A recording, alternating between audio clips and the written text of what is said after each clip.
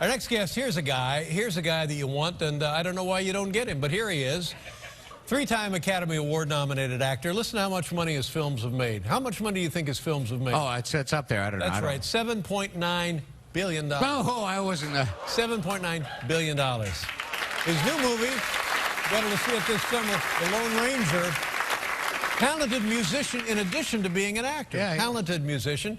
And he'll be performing with our musical guest this evening, Bill Carter. That'll take place later tonight. But right now, ladies and gentlemen, here's Johnny Depp. Come on.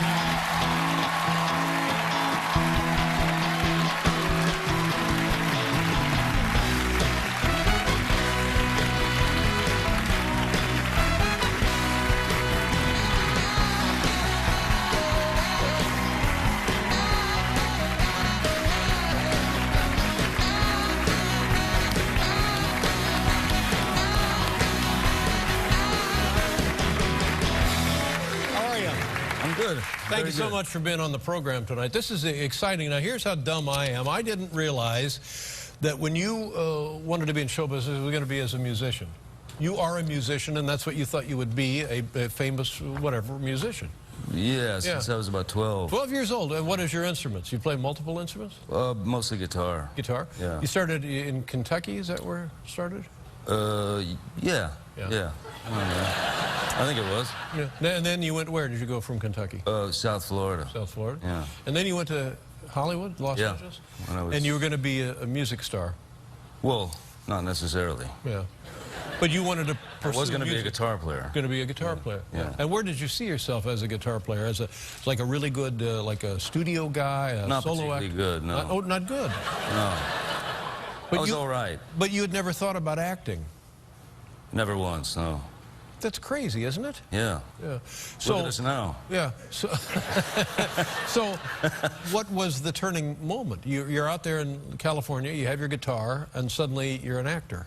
Well, the sudden realization of, you know, rent, bills. You know, when that pops into your head, and you realize at some point you'll have to deal with the inevitable. But, you know, that story often goes the other way. Yeah. So, somebody goes out there to be an actor, and suddenly you got no money, so they go to play the guitar to make money. You did it just the opposite. Weirdly. Yeah. Yeah. How did somebody get your first gig if you were a guitar player? Because that means you weren't actually out there auditioning.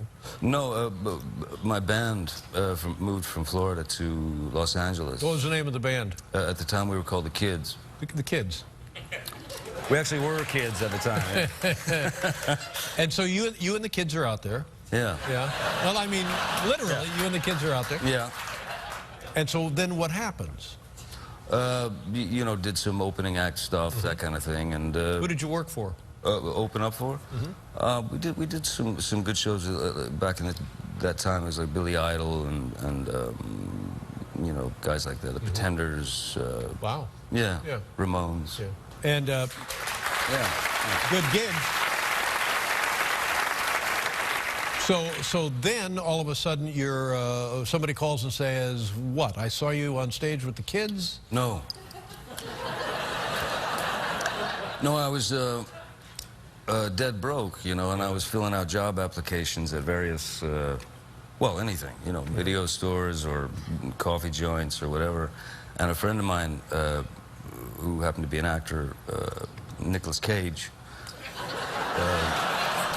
Yeah. Now, how did you? You've heard of him? Yes. Yeah. But how did you and Nicolas Cage get to be buddies in those days?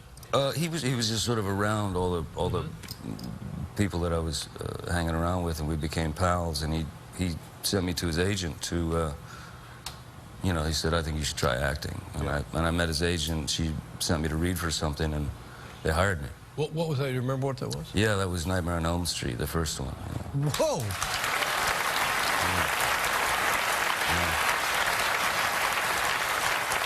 That's pretty good. I was about 3 when I did it. And then later we got a man named Bill Carter, who is well known in Texas music and Southwestern music, or what they call Americana, I guess. Yeah. A singer-songwriter. And you met him where? Where did your paths meet? Bill and I met, Bill and Ruth Carter, wife and partner? his wife, yeah, they're amazing songwriters, and I met them when I was doing Gilbert Grape in Austin. Yeah. And, yeah, you know, we all just hit it off, you know, and so they were my kind of saving grace during that period because it was a long movie, and so we did the movie, and then I moved in with them for a few months. Right. That's amazing. Your movies are interesting movies and huge commercial successes. I mean, rarely do you get that combination consistently. It's got nothing to do with me, I don't think. No. I could have done any of those films. And I wish I had, frankly. We'll be right back with Johnny Depp.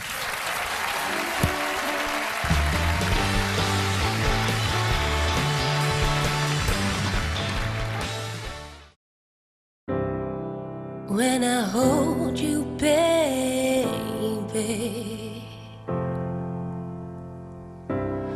feel your heart be close to me. Oh, love can set you free, set you free, set you free.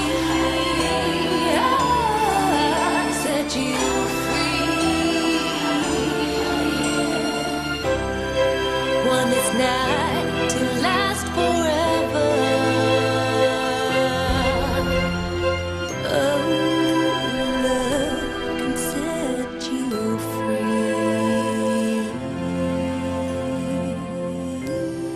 Something special for everyone. Christmas at Matalan.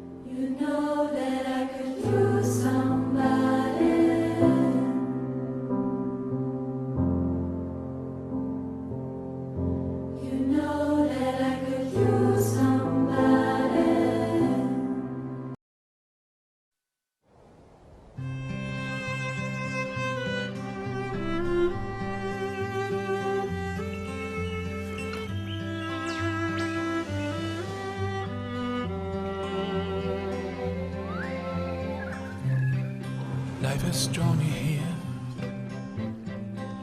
Feel the warmth pulling you near. Breathe it in and let it fill your heart. It's like love. Cleanse your soul. Feel it in your veins. Breathe it in your lungs, will stay. It's like love. For the first time, you know, makes sense, you know. It's like love, cleanse your soul. Feel it in your veins, breathe it in your lungs, will stay. It's like love.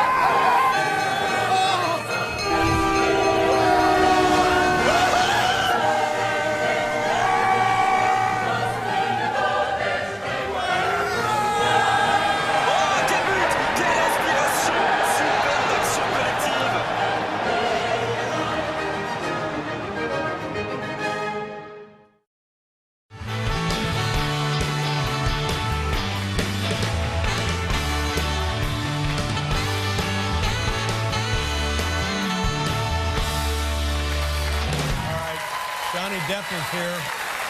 I can't thank you enough for being here.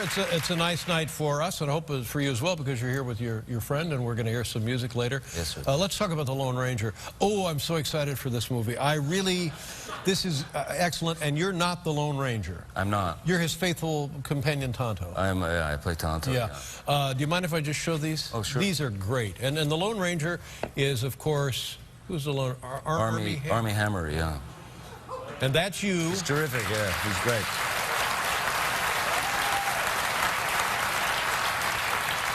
Now, as I recall, the beginning of the genesis of the Lone Ranger it comes from a dark story, and is that the tone of your film? Pretty much, yeah. It comes from a very dark backstory, and then he becomes the Lone Ranger through Tonto's guidance. Did this mean anything to you when you were a kid? Maybe after the radio broadcast, but it was a TV show as well. Yeah. Did you like the Lone Ranger in those days? I did. I liked watching the series. I was always somewhat confused about Tonto's position. I always thought, well, why does Tonto go and have to do this? And why is he sending the Indian off to go? Right. And is that different in this movie? Oh, very different. Yeah. Very different. This looks like a painting. This looks like a Charles Russell rendering, doesn't it? That's fantastic. You look.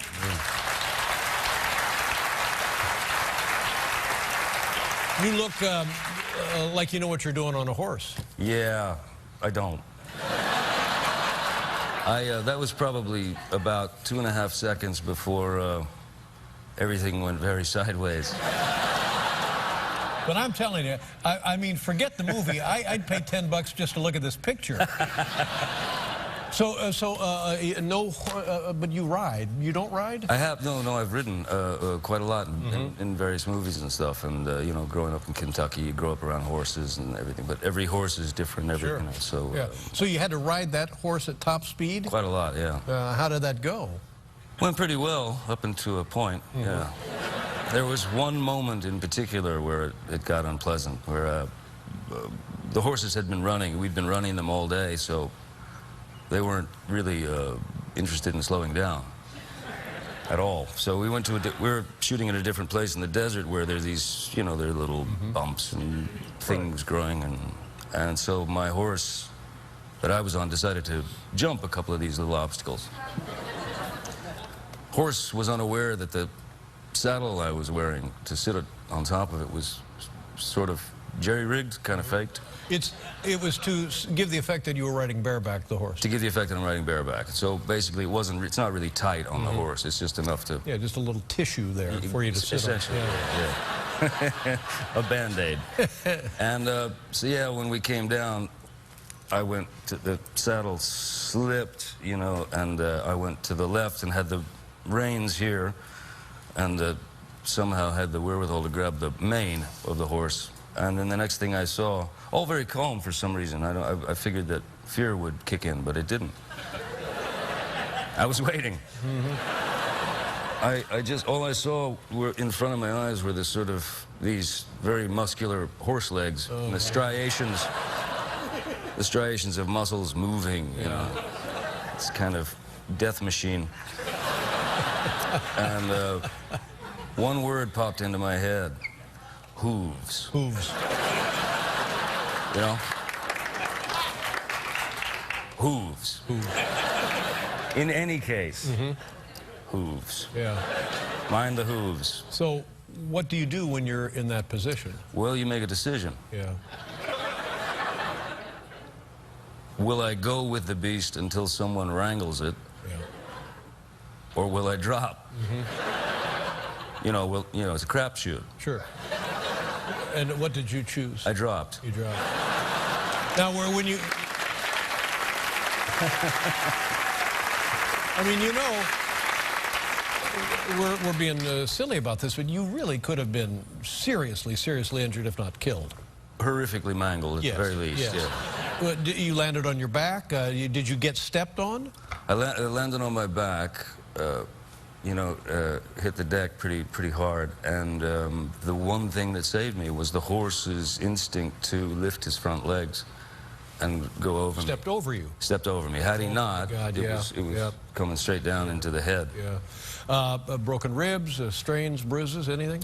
No, he just kind of clipped me with his back leg, so it was just a little sore. Just kind of clipped you with his back leg. Yeah, a good horse will do that. Oh, my God. But honest to God, where are the stunt people, for heaven's sakes? You're Tonto. Yeah. You don't need that.